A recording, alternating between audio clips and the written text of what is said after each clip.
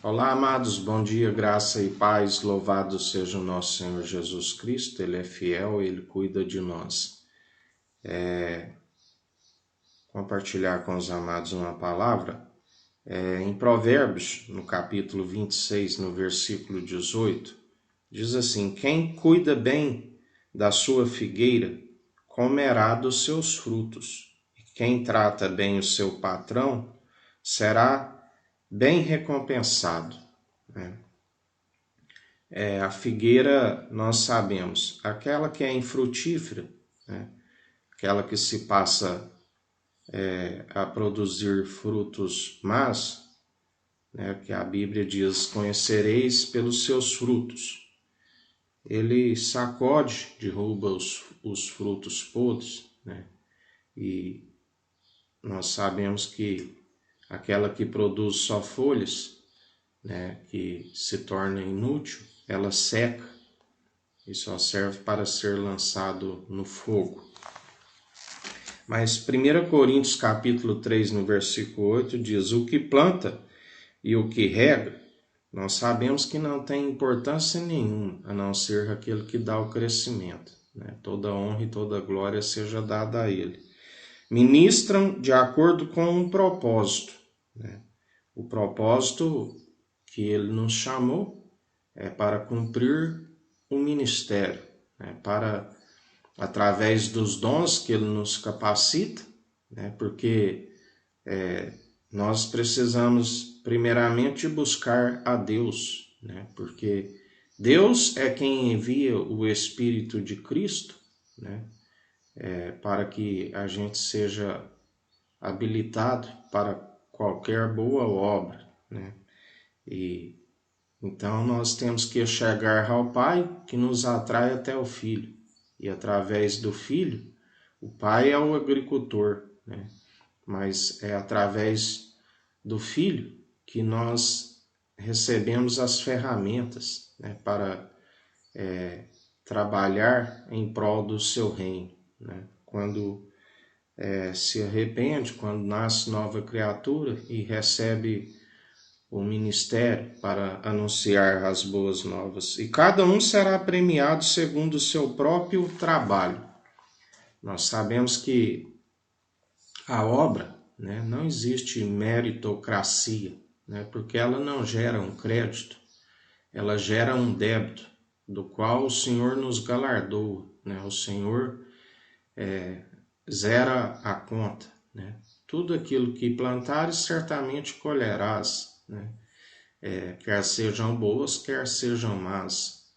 E ele é aquele que nos galardoa segundo a atitude de cada um, segundo cada um cumpre o seu propósito, porque é aquele que segue segundo a malignidade, né? Porque ele nos chama para serem benfeitores, mas aqueles que seguem segundo malfeitores não está cumprindo o propósito daquele que o chamou, porque se entregou à incredulidade. Nós sabemos de João o Batista, ele recebeu autorização para anunciar o arrependimento, onde ele pregava raça de víboras, né? Quem vos ensinou a fugir da ira futura? Arrependei-vos, é chegado o reino dos céus. Né? Vos batizo com água, mas depois de mim virá outro que não sou digno de carregar as suas sandálias, né? Ou seja, estava pregando o evangelho da preparação, da humildade que representa as sandálias, né?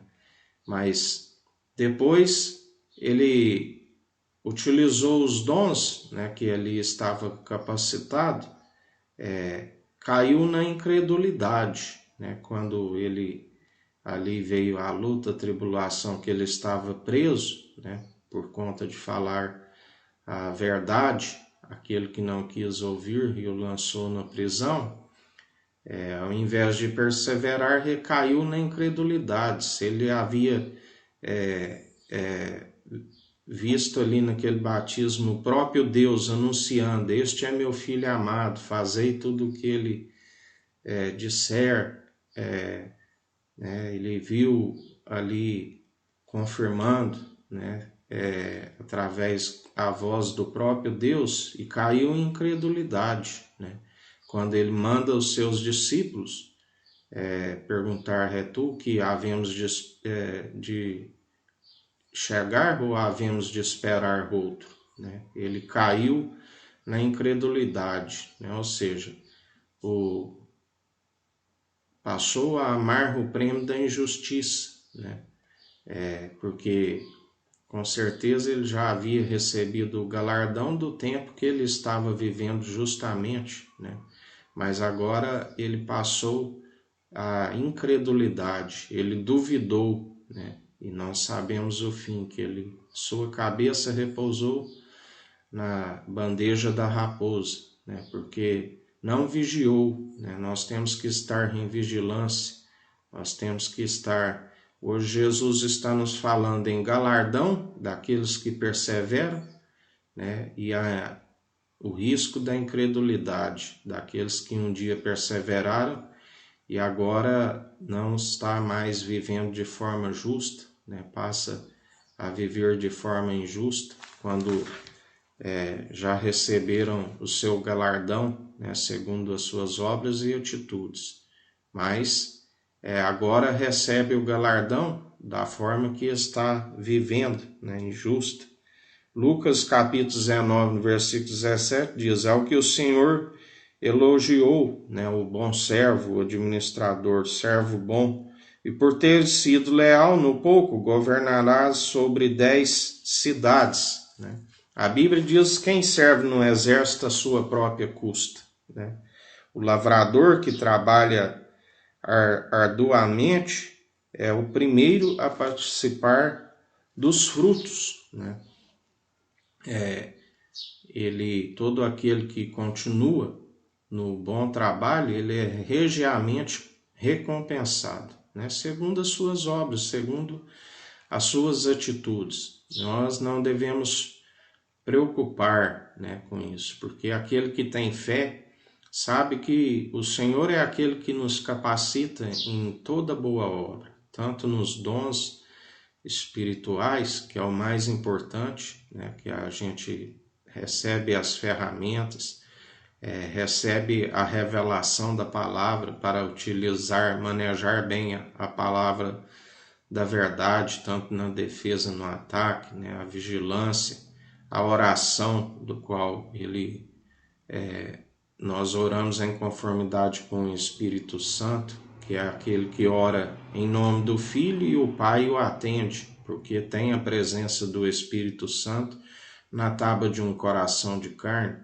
Não pede por motivação errada, né? Não pede para esbanjar, pede sim para que, em conformidade com o Espírito Santo, para empreender a boa obra. Né? E antes mesmo de pedir, ele já sabe do que nós necessitamos, até nos atende muito mais daquilo que nós precisamos, assim quando ele tem suprido as nossas necessidades, porque ele é fiel, ele cuida de nós, né? Nós cumprimos um propósito do qual, segundo ele nos proclama, não é algo próprio, né? Não é ambição egoísta, não apacentamos a nós mesmos, né? Nós esvaziamos de si e estamos para servir, assim como Cristo, né? O próprio Deus, porque ele disse: eu e o Pai somos um.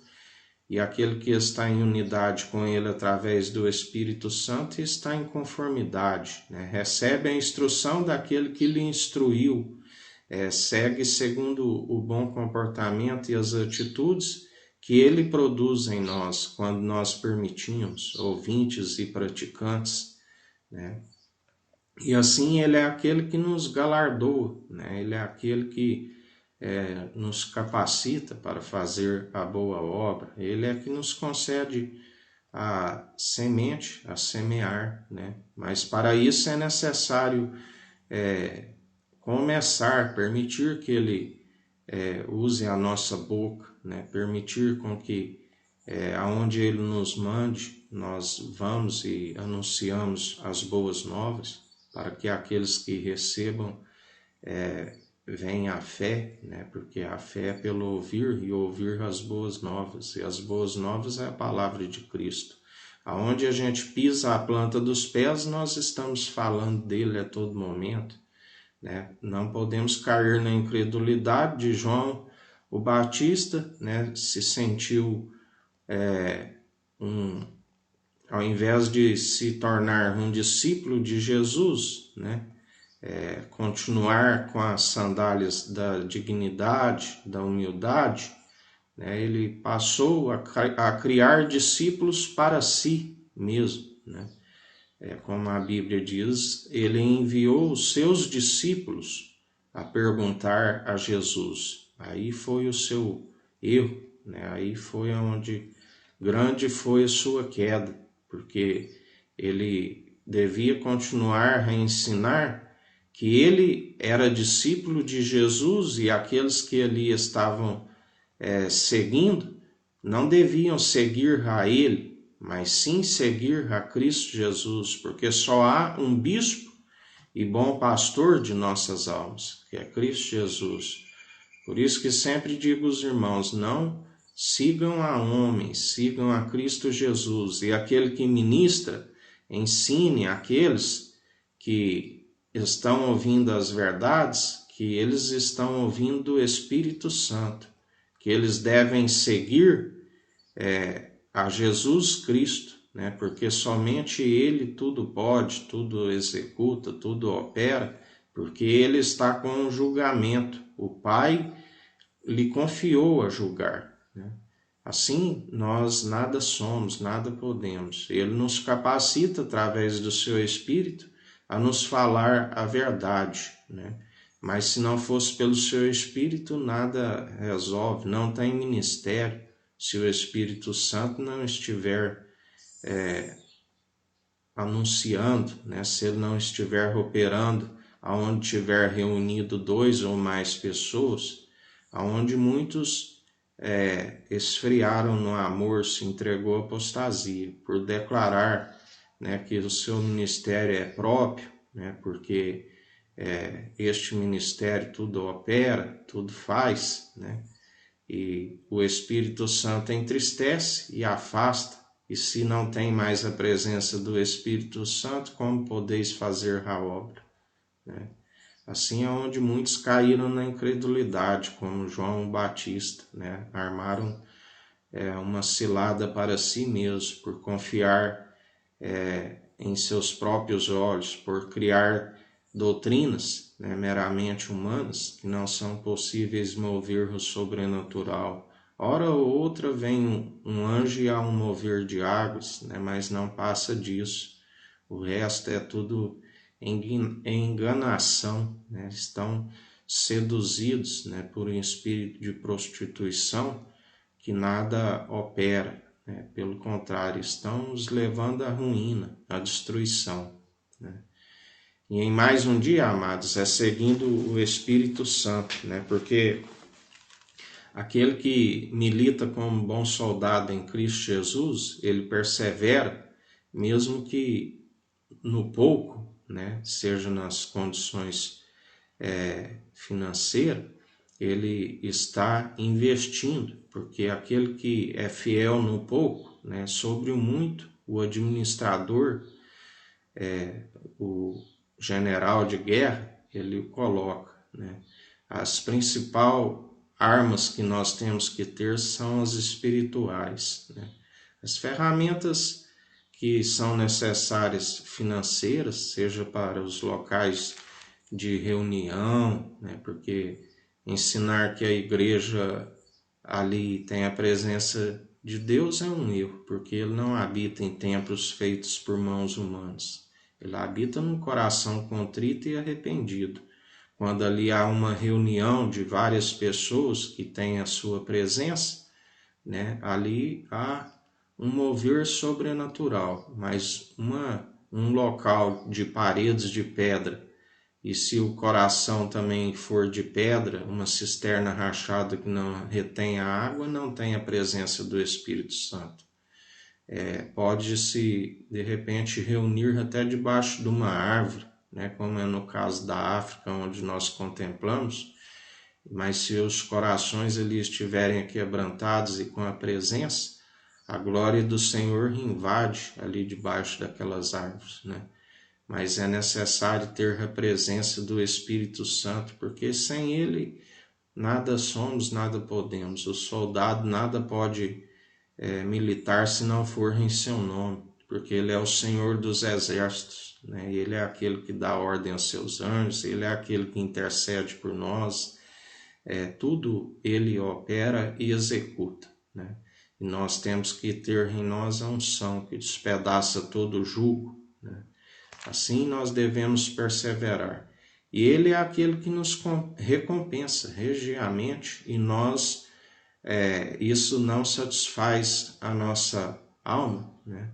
Porque Ele já nos ensinou que essas riquezas mundanas nós utilizamos para ajudar os ímpios, né?